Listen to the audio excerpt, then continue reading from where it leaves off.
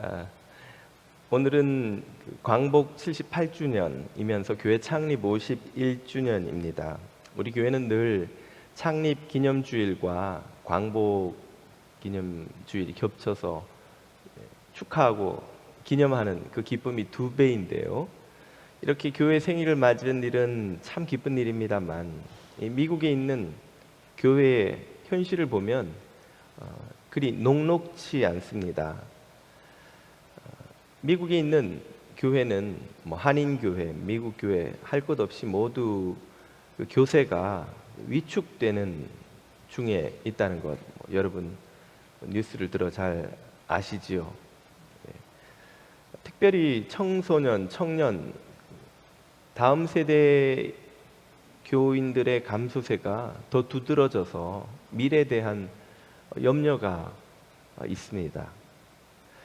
교회의 현실을 잘 보여주는 것이 바로 신학교와 신학생들의 현실입니다. 한국, 미국 할 것 없이 신학교가 거의 대부분 요즘 미달 사태를 겪고 있습니다.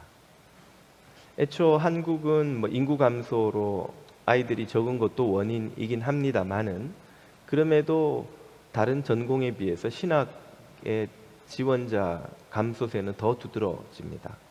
한때 7대1, 8대1을 자랑했던 그런 명문 신학교도 겨우 정원을 채우고, 그런 형편이 아닌 많은 신학교가 미달 상태이고, 또 그러다 보니 학생 지원이 없는 많은 신학교가 통합하거나 폐합하는, 문을 닫는, 그래서 역사와 전통을 자랑하는 교회사에 이름을 남긴 신학교들조차도 문을 닫는다는 소식이 심심찮게 뉴스에 들려옵니다.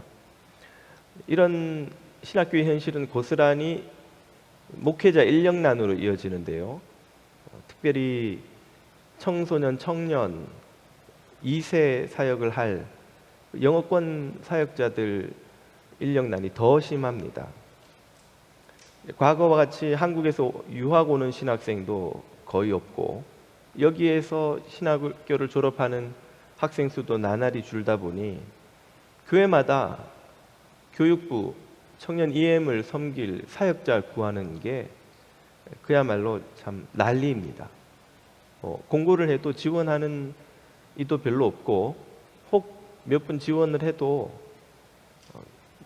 실제 모시는 건 하늘의 별 따기여서 세상 말로 그 사역자들, 청소년 사역자들의 몸값이 금값입니다. 교회는 또한 동성애, 세속화, 이단과 사이비의 거센 도전을 받고 있습니다. 과연 21세기의 교회 미래는 어떻게 될까? 또 51주년을 맞는 우리 교회의 미래는 어떻게 될까? 염려가 안 될 수가 없죠. 오늘은 룻기를 잠시 접어놓고 이 교회의 미래에 대한 생각을 좀 같이 나누어 보고자 합니다. 이 교회를 포함한 종교 전체의 미래를 짐작해 줄 만한 한 무신론 과학자의 짧은 단상을 그 영상 클립으로 한번 보시죠. 네. 짧게 끊어서 보긴 했습니다만, 이 단상은 종교가 소멸되리라는 예측과 또 종교가 소멸되어야 한다는 주장 모두에 압축된 답을 내놓고 있습니다. 그것도 무신론자인 한 과학자의 입을 통해서 말이죠. 무신론자들은 종교가 21세기에는 소멸될 것이라고 종종 주장합니다. 그 이유는 과학의 발전으로 신이 존재하지 않는다는 것을 증명했기 때문이라는 말이죠. 그러나 이런 주장은 약 300년에 가까운 18세기 무렵부터 계몽주의가 유럽에 들어오던 시대부터 이미 반복되어 계속 되어 온 주장입니다.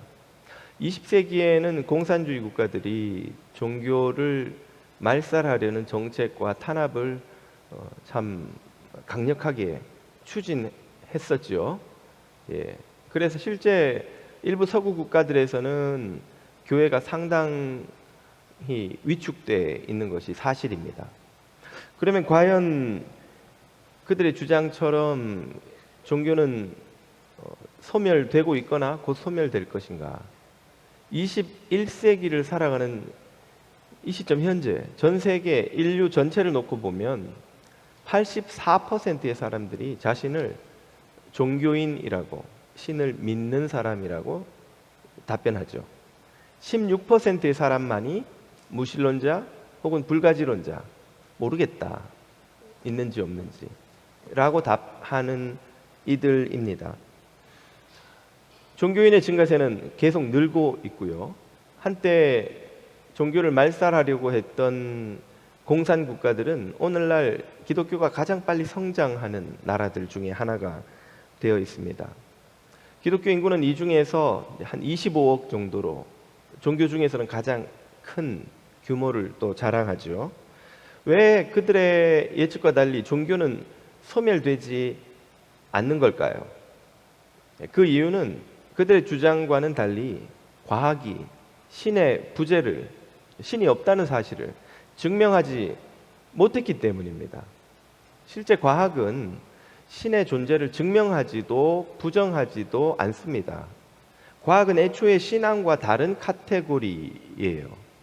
과학과 신앙은 관측과 믿음이라는 서로 다른 도구를 사용하는, 다른 대상을 탐구하는 다른 도구, 툴입니다. 한마디로 음악과 미술과 같은 거죠. 음악회에 가서 왜 그림을 못 보는가?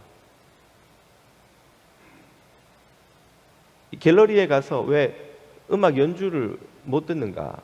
뭐 스피커로 들을 수는 있습니다만은 그런 질문과 똑같은 거예요.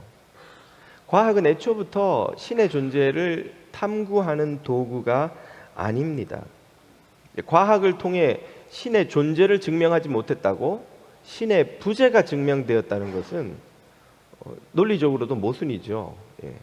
이건 마치 개미가 더듬이로 페로몬을 맡으면서 움직이는데 인간의 페로몬이 느껴지지 않는다고 인간은 존재하지 않는다는 결론을 내리는 것과 같은 우스꽝스러운 주장입니다.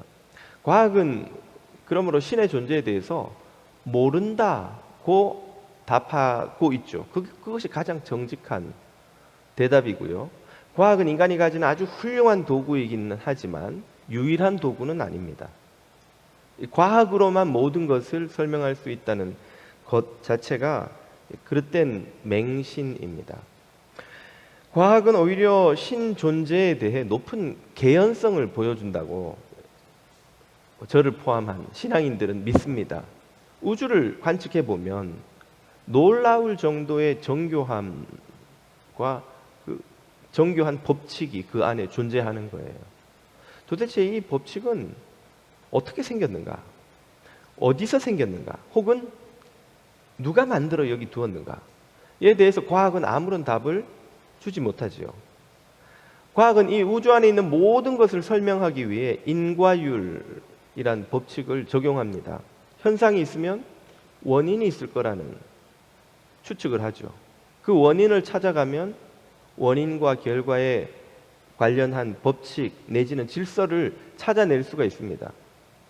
우주 안에 있는 모든 것을 설명하기 위해 인과율을 사용하면서 정작 우주의 존재 자체에 대해서는 인과율을 쓰지 못하지요. 쓰지 않습니다. 138억 년 전에 우주가 빅뱅 해서 시작되었는데 그 시점에 그 에너지는 어디에서 온 거냐? 왜 하필 그 시점에 빅뱅 한 거냐? 빅뱅한 우주 안에 있는 그 정교한 질서는, 지금 우주를 유지시키고 있는 이 모든 법칙은 도대체 어디에서 온 거냐? 그 원인에 대해서는 과학이 아무런 답을 주지 못하죠. 오히려 이런 관찰은 그 원인이 되는 그 누군가에 대한 탐구와 신뢰를 더 우리에게 준다고 할 수 있지 않습니까? 로마서 1장이 이렇게 말씀하시는 것처럼 말입니다. 창세로부터 그의 보이지 아니하는 것들, 곧 그의 영원하신 능력과 신성이 그가 만드신 만물에 분명히 보여 알려졌나니 그러므로 그들이 핑계하지 못할지니라. 만물 안에 창조주의 신성이 깃들어 있다는 거예요. 만물을 들여다보고 관찰을 하면 할수록 누군가가 여기에 손을 댄 것 같다는, 누군가의 손에 의하지 않고서는 이런 정교하고 질서 있고 법칙에 의해서 잘 관리되고 있는 이런 세상이 존재할 수 없을 것이라는 높은 개연성을 가진 믿음이 생긴다는 거죠. 과학이 어차피 신의 존재를 증명도 부정도 못하기 때문에 신이 있다고 믿든 없다고 믿든 모두가 믿음입니다. 어느 믿음이 더 합리적이고 더 개연성이 있는 믿음이냐는 것이죠. 2007년에 하버드 대학 매거진에서 미국 대학 교수 1,500명을 대상으로 설문조사를 했더니 신이 없다고 믿는다, 혹은 신이 있는지 없는지 모르겠다 고 답한 사람들이 전체 4분의 1이었습니다. 그리고 절반 넘는 이들이 신이 있다고 믿는다라고 답을 했습니다. 미국에서 가장 공부를 많이 했다는 사람들의 집단에서 왜 여전히 신의 존재를 믿는 이들이 이렇게 많은 것일까요? 과학이 신의 부재를 증명한 적이 없기 때문입니다. 증명할 수도 없기 때문이죠. 그러므로 과학이 발달했다고 신앙이, 종교가 사라질 거라는 예측은 무척이나 섣부른 것이라 할 수 있습니다. 무신론은 여기에 더해서 종교에 문제가 많기 때문에 소멸되어야 마땅하다고도 주장을 합니다. 종교의 과거 역사를 보면 얼마나 많은 잘못을 저질렀냐는 거예요. 마녀 사냥을 비롯한 십자군 전쟁, 또 종교 전쟁과 같은 많은 잘못된 오점이 거기에는 있고, 또 오늘날에도 근본주의 종교인들이 저지르는 이런저런 만행을 들여다보면 이 종교는 백해무익하다는 거죠. 종교가 없어져야만 이런 불의한 일들이 사라진다는 것입니다. 언뜻 들으면 일리가 있는 것처럼 보이지만 앞서 소개했던 그 무신론 과학자조차도 인정하는 바, 종교의 가치와 종교의 문제를 구분하지 못하는 데서 오는 오류인 것이죠. 종교에 문제가 있는 건 사실입니다.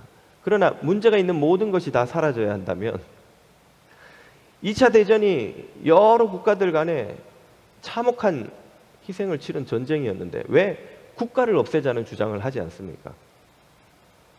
그 전쟁에 나선 독일, 일본, 적성국은 말할 것도 없고 연합국도 같이 싸웠으니까 국가를 없애야죠. 문제없는 국가가 어디 있습니까? 심심치 않게 언론에 자녀를 학대하는 부모들 이야기가 나오죠. 이렇게 자녀를 학대하는 부모가 많으니 부모를 다 없애야 되는 것 아닌가요? 가정에서 아이들이 학대받으니까 가정을 다 없애야 하는 것 아닙니까? 아무도 그렇게 주장하지 않죠. 그런데 종교에게 많은 문제가 있으면 종교가 문제이니 종교를 없애야 된다는 억지 주장을 내어놓고 있는 것이죠. 그런 주장을 아무리 해도 종교가 사라질 수가 없는 이유가 있습니다. 종교가 가진 강력한 효용성 때문입니다.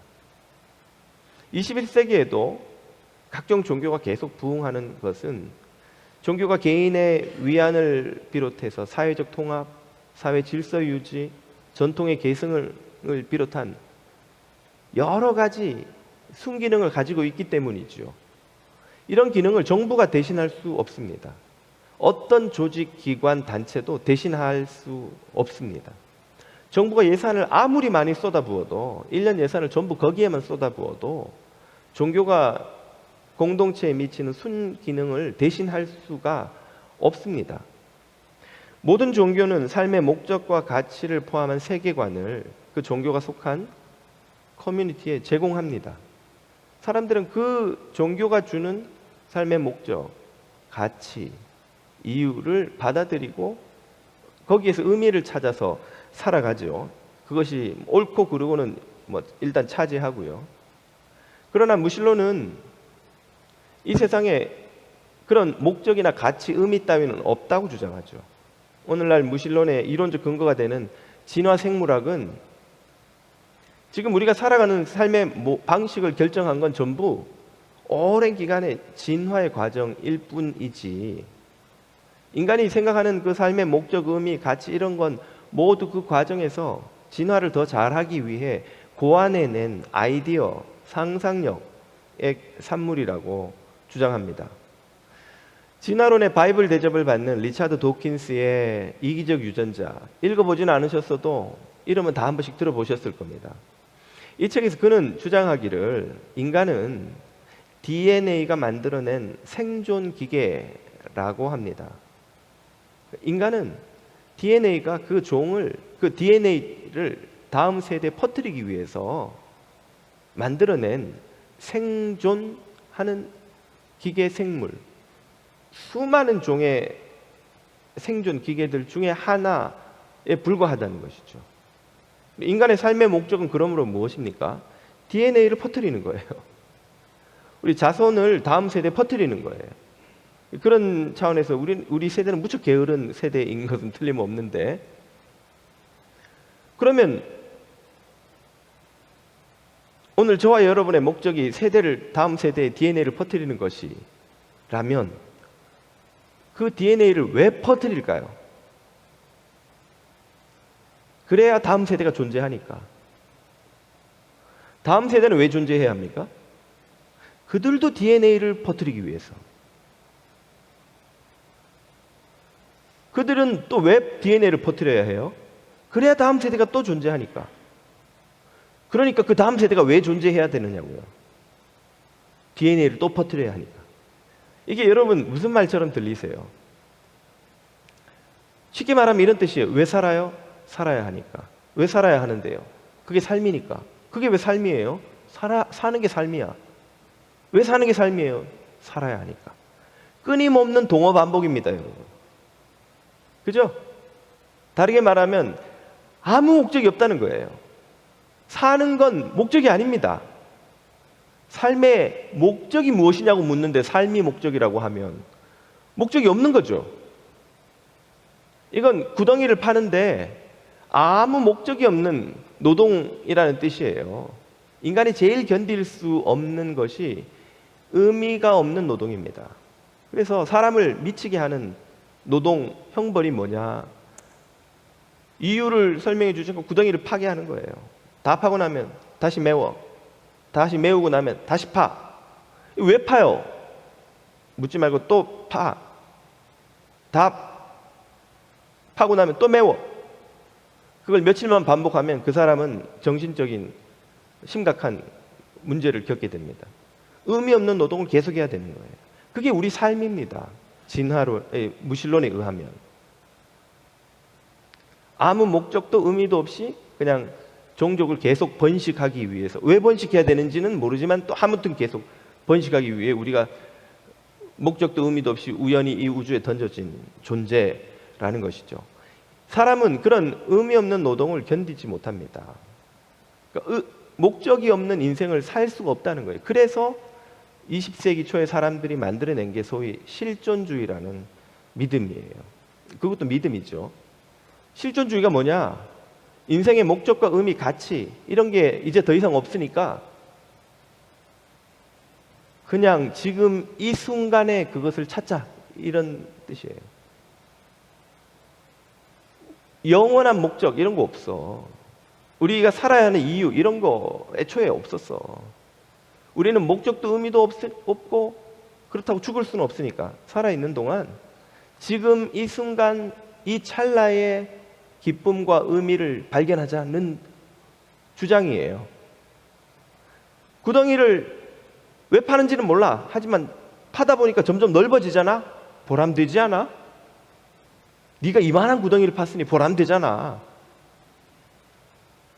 구덩이를 파니까 막 땀도 나고 몸이 하루 종일 책상에 앉아 있던 몸이 굉장히 상쾌해지지 않아? 좋지? 느낌이 좋잖아. 그게 네가 구덩이 파는 이유야.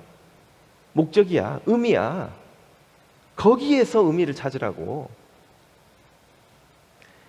실존주의는 목적이 없으니까 어떻게든 목적을 찾아보려는 발버둥이라고 할 수 있습니다.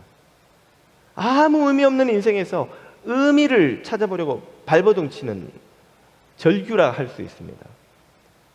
그래서 여러분이 사무엘 베게트 이름은 못 들어봐도 고도를 기다리며라는 희극은 다 들어보셨죠. 오지 않는 고도를 기다리며 없는 삶의 의미를, 찾을 길이 없는 인생의 가치를 찾으려고 마냥 하염없이 기다리기만 하는 소위 부조리극, 허무극이라고 부르는 극이죠. 그게 우리 인생이라는 거예요. 사람은 이런 무의미하고 목적 없는 삶을 견디지 못하기 때문에 종교는 절대로 없어지지 않는 겁니다. 아무리 종교를 허물과 문제가 많다고 탓하고 비난해도 종교가 주는 이런 순기능을 대체할 수 있는 그 어떤 것도 세상에 없기 때문에 종교의 미래는 앞으로도 밝다고 할 수 있습니다. 자, 그렇다면 기독교와 교회의 미래는 어떻게 될까요? 기독교는 가장 큰 종교고 그 중에서도 또 기독교의 순기능은 그 어떤 종교보다 뛰어나다고 믿기 때문에 기독교 역시 절대 사라지지 않을 겁니다. 모습은 바뀌겠죠. 형태는 좀 바뀔 테지만 기독교는 교회와 함께 살아남을 터이니 우리 교회의 미래, 우리 자녀들이 다닐 교회의 미래를 그럼 우리는 이제 걱정하지 않아도 되는 걸까요? 그건 또 그렇게 간단한 문제가 아닙니다. 왜냐하면 저나 여러분이나 기독교의 순기능 때문에 교회를 다니는 게 아니기 때문이죠. 종교로서의 기독교가 다른 종교보다 좀 낫기 때문에 지금 여기 주일 아침에 예배를 드리고 있는 것이 아니기 때문입니다.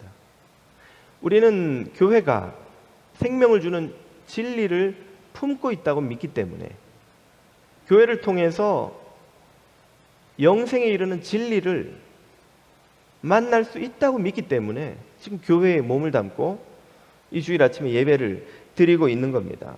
우리 교회의 미래는 그러므로 종교로서의 기독교와 교회의 기능을 잘 해내고 있는가를 넘어서서 생명을 담은 진리를 품고 전하는 참 교회로서의 사명을 감당할 것인가 말 것인가에 달려 있다고 할 수 있습니다. 참 교회의 모습을 오늘 보면 14절을 통해서 배울 수 있습니다. 말씀이 육신이 되어 우리 가운데 거하심에 우리가 그의 영광을 보니 아버지의 독생자의 영광이요 은혜와 진리가 충만하더라. 이 본문은 예수님 안에 은혜와 진리가 충만하다고 선언하죠. 이것은 아버지의 영광이에요. 아버지께로부터 독생자 아들 예수님에게 부어진 성령과 더불어 부어진 충만한 그것이 바로 은혜와 진리입니다. 그러므로 이 예수님 안에 있는 이 은혜와 진리는 그분의 몸된 교회 안에도 그분을 통해 부어집니다. 에베소서 1장 또 만물을 그의 발 아래 복종하게 하시고 그를 만물 위에 교회의 머리로 삼으셨느니라. 교회는 그의 몸이니 만물 안에서 만물을 충만하게 하시는 이의 충만함이니라. 이게 무슨 말인가? 예수님 안에 충만한 은혜와 진리가 그의 몸된 교회에도 충만하다는 뜻이에요. 그리고 그 교회를 통해서 만물, 세상 모든 만물의 그 은혜와 진리가 흘러 퍼져간다는 뜻입니다. 이 구절을 통해서 우리는 참 교회의 모습을 배웁니다. 참 교회는 예수님 안에 있는 은혜와 진리가 충만한 공동체예요. 비유하자면 교회는 은혜와 진리란 진주를 품고 있는 조개와 같습니다. 조개 안에 진주가 자라듯이 교회 안에는 예수님 안에 있는 은혜와 진리가 계속해서 흘러 넘칩니다. 그리고 이 은혜와 진리가 세상을 향해 흘러가는 곳, 그것이 바로 교회죠. 창세기 12장을 보면 하나님이 아브라함을 통해서 세상 모든 민족을, 너를 통해, 너와 내 자손을 통해 세상 모든 민족을 복받게 하겠노라 약속하신 것처럼 하나님은 예수님을 통해 은혜와 진리를 교회에 부으시고 교회를 통해 은혜와 진리를 세상에 흘러가게 만드신다는 말이죠. 이 참교회의 모습을 지키느냐 마느냐가 교회의 미래를 결정한다고 할 수 있습니다. 우리 교회의 미래 역시 마찬가지이죠. 이 부름받은 사명을 얼마나 충실하게 감당하느냐, 그 사명을 쫓아가느냐가 우리 뉴저지 장로교회가 한 기독교 교회 중에 하나로서가 아니라 하나님이 기뻐하시는 참 교회로서 다음 세대도 존재할 수 있을지 없을지가 결정된다는 거예요. 그래서 예수님은 이렇게 경고하기도 하십니다. 계시록 2장입니다. 그러나 너를 책망할 것이 있나니 너의 처음 사랑을 버렸느니라. 그러므로 어디서 떨어졌는지를 생각하고 회개하여 처음 행위를 가지라. 만일 그리하지 아니하고 회개하지 아니하면 내가 내게 가서 내 촛대를 그 자리에서 옮기리라. 촛대는 사명을 감당하는 교회를 가리키죠. 사명을 감당하지 않는 교회는 쓰임받지 못한다는 뜻이죠. 하나님의 사랑과 은혜, 진리와 정의를 세상에 흘려보내는 이 사명을 감당하지 않으면 하나님께서 더 이상 사용하지 않으신다는 뜻입니다. 기독교의 교회 하나로서 존재하는 것은 어떤 식으로든 유지가 될 겁니다. 그러나 참으로 하나님께서 기뻐하시고 사용하시는 교회, 그리스도의 몸된 교회로서 존재하는 것은 바로 이 사명을 얼마나 우리가 충성되이 순종하느냐에 달려 있다는 말입니다. 그러므로 우리 교회는 진리를 선포하는데 전심전력해야 합니다. 무엇이 진리입니까? 저와 여러분이 읽고 있는 이 성경 말씀이죠. 세상 모든 종교와 신념은 앞서 말씀드린 것처럼 특정한 세계관과 가치관을 공동체에 제공합니다. 그래서 힌두교도들은 서로를 숭배하고 그들의 믿음에 따라서 불교도들은 세상이 허상이라고 여기고 무슬림들은 절대 복종을 통해 천국에 이를 수 있다고 믿고 무신론자들은 그런 세상 따위는 없고 목적 없이 의미 없이 138억 년째 팽창하고 있는 우주 가운데 우리는 우연히도 지구라는 땅 위에 운 좋게 살게 되었다고 믿고 살아가지요. 그러나 성경은 그와 달리 오늘 저와 여러분의 삶과 역사와 인류의 문명을 떠받치고 있는 대부분의 중요한 가치를 모두 제공해 왔습니다. 우주는 우연히 뻥 터진 그 폭발로 아무 목적도 의미도 없이 그런 폭발을 경험한 곳이 아니라 하나님의 놀라운 계획과 사랑과 능력에 의해서 정교하게 디자인되어 창조된 곳이라는 믿음이지요. 인간은 운이 좋아서 진화의 사다리에서 벌레나 원숭이보다 좋은 라인을 타는 바람에 지구의 주인이 된 운 좋은 영장류 중 하나가 아니라 하나님의 형상을 따라 창조된 존귀한 존재로 세상에 그 어떤 것도 대체할 수 없는 존엄함을 가진 존재라는 믿음이지요. 바로 이런 믿음 때문에 우리는 강자가 약자를 함부로 착취하지 못하고 아무리 약한 사람, 보잘것없는 사람, 혹은 이런저런 신체나 마음에 문제가 있는 어려움을 겪는 사람이라도 돈 잘 벌고 머리 똑똑하고 누구보다 잘생긴 연예인처럼 뛰어난 사람들 못지않은 동등한 존귀함과 가치를 가진다고 믿는 것입니다. 성경이 가르친 이런 믿음이 없었다면 우리는 약육강식의 세계 정글의 시대에 내던져지고 말 것입니다. 이에 더해서 삶의 목적과 의미, 도덕과 윤리의 기준, 죄와 악의 원인과 해결책, 역사의 가치와 미래 비전까지, 그리고 영생에 이르는 소망까지 성경은 우리에게 제공합니다. 우리는 이 가르침이 진리라고 믿고 살아가고 있죠. 이 가르침 안에 생명의 길, 영생의 길이 있다고 살아가고 있습니다. 그리고 그 믿음이 오늘 우리가 살아가는 이 세상을 만들어낸 거예요. 이 세상을 지탱하는 게 경찰력이나 군사력이 아닙니다. 경제력이나 기술력이 아닙니다, 여러분. 왜 여러분이 폴리스의 제재를 순종하십니까? 길에서 멈추어 서서 서라 하면 서고 가라면 가고, 프리웨이를 달리다 보면 경찰차 한 대가 막 수백 대의 차를 그냥 다 세우더라고요. 그 차들이 서는 이유가 뭘까요? 경찰이 힘이 세서? 미국은 다 총 들고 다니는 나라예요. 사람들이 자기 집에 있는 총 다 들고 나와서 경찰과 싸우면 어떤 경찰, 어떤 군대가 그들을 막을 수 있습니까? 그들 가운데 질서를 유지하는 건 경찰의 총이 아니라 믿음입니다. 정당한 권력을 저 경찰이 부여받았고 저 경찰의 권위에 우리가 순종해야만 이 사회가 유지되고 또 그것이 마땅하다고 믿는 믿음이 모든 사람의 마음 안에 있기 때문에 그게 유지되는 거예요. 우리의 경제 마찬가지예요. 국방 마찬가지입니다. 기술 마찬가지예요. 그 믿음을 버리는 순간, 잃어버리는 순간, 붕괴되는 순간 경제도 무너지고 사회 질서도 무너지고 나라도 천조국의 국방력이라도 지켜낼 수 없어요. 여러분, 이렇게 풍요로운 삶을 누리는 이유가 뭡니까? 이 화장실에서도 못 쓰는 뻣뻣한 종이에 가치가 있다는 믿음 때문이에요. 믿음. 100이라고 적힌 달러를 들고 가면 먹을 걸 살 수 있다는 믿음 때문이에요. 그걸 받는 사람도 믿음이 있기 때문에 그걸 받고 그 귀한 쌀과 고기를 내어주는 겁니다. 이 믿음이 무너지는 순간, 이 돈에 대한 믿음 혹은 이 돈을 보증하는 미국 정부나 이 시스템에 대한 믿음이 무너지는 순간 이 사회는 붕괴되어 버리는 거예요. 우리를 떠받치고 있는 모든 게 믿음입니다. 문제는 그 믿음이 얼마나 진리에 가까운 건강한 바른 믿음이냐 아니냐인 것이죠.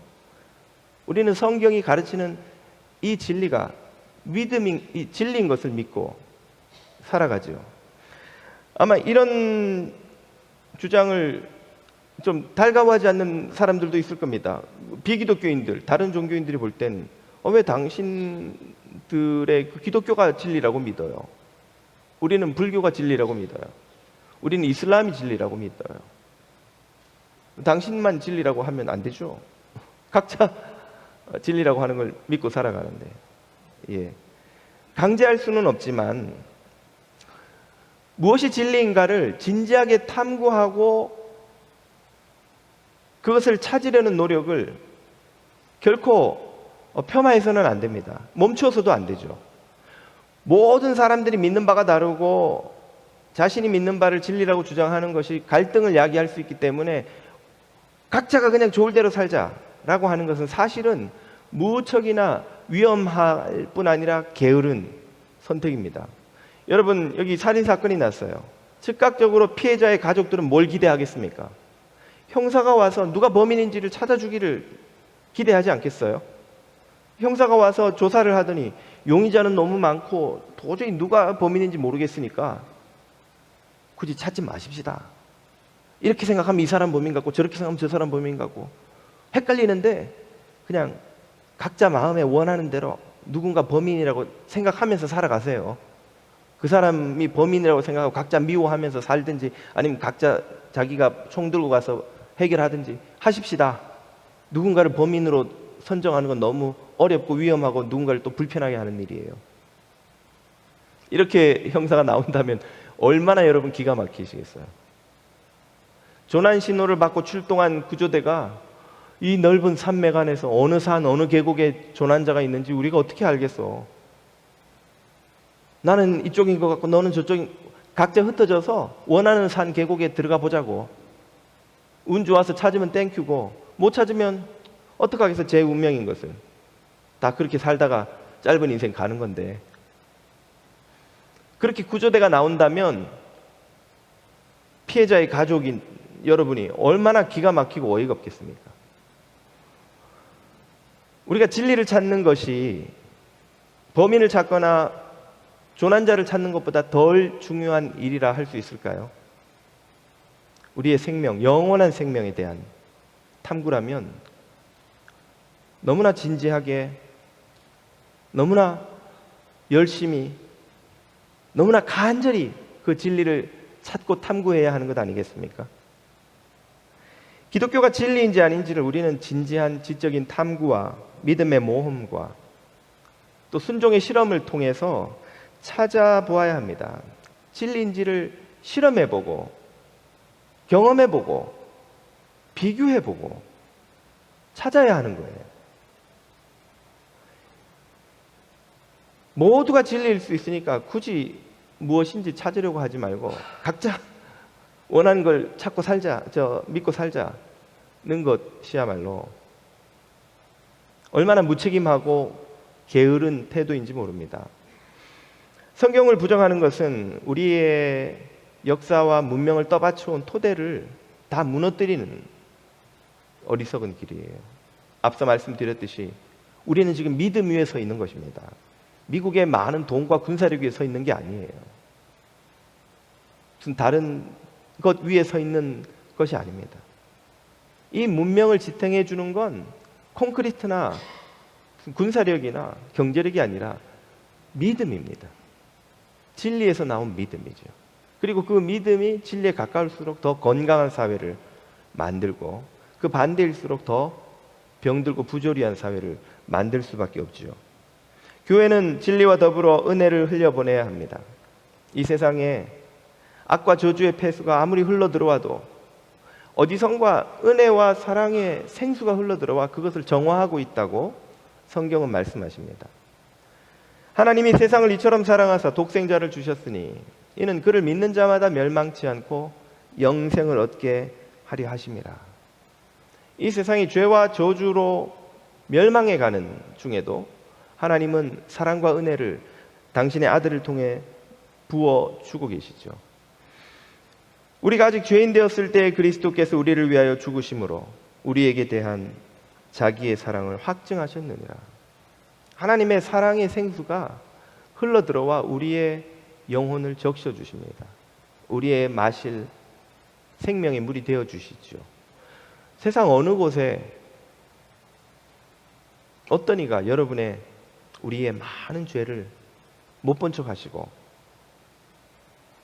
그 죄를 씻으시기 위해 당신의 아들을 희생시킨다는 이가 있습니까? 세상 어느 곳에 여러분을 대신해서 참혹한 수치와 고난을 당하시면서도 여러분을 사랑한다고 고백해 주는 이가 있습니까? 세상 어떤 조직, 어떤 모임, 어떤 만남에 가면 여러분을 이용해서 이익을 얻어내려고 하지 않고 있는 모습 그대로 여러분의 존귀함을 인정하고 여러분이 정말 잘 되기를 바라며 축복하고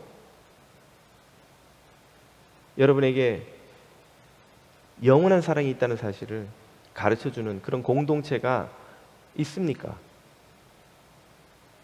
하나님은 아들을 통해 교회에 부으신 은혜와 진리로 우리의 삶을 정화하고 계시고 치유하고 계시고 구원하고 계십니다.